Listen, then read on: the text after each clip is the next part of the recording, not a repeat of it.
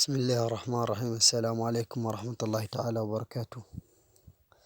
يا شباب، اليوم بدي أسأل سؤال وراح يجاوبوا عليه ثلاث، والثلاث راح يحصل منهم كل واحد على 1 جيجا. بدي أوزع يعني 3 جيجا بايت على الثلاث هذول، كل واحد 1 جيجا بايت.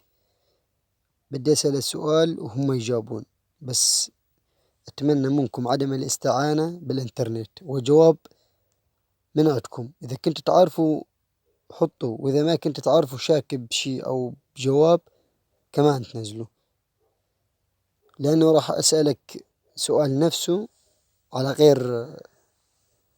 غير صيغة يعني. السؤال هو: متى تزوج الرسول صلى الله عليه وسلم عائشة بنت أبي بكر الصديق؟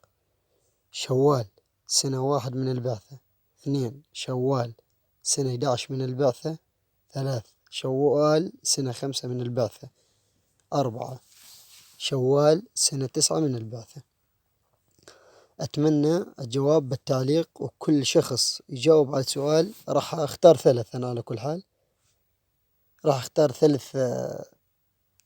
طبعا بدي أسوي قرعة واختار ال3 هذول. اللي يجاوب راح ياخذ 1 جيجا، كل شخص ياخذ 1 جيجا. هن 3، بدي أبعث 1 جيجا ل3 أشخاص، كل شخص 1 جيجا هدية يعني، لكل شخص يجاوب على حل السؤال هذا. راح أعيد السؤال مرة ثانية، وأتمنى منكم إن شاء الله جواب الصحيح وعدم الاستعانة بالإنترنت أو بغير شيء. أتمنى من فكركم جاوبون السؤال هذا. راح أعيد السؤال للمرة الثانية: متى تزوج الرسول صلى الله عليه وسلم عائشة بنت أبي بكر الصديق؟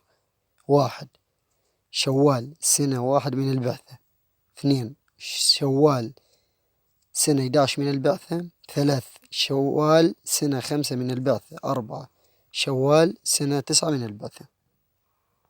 أتمنى منكم تجاوبون صح، وشكرا لكل من جاوب صح ويستلم الهدية.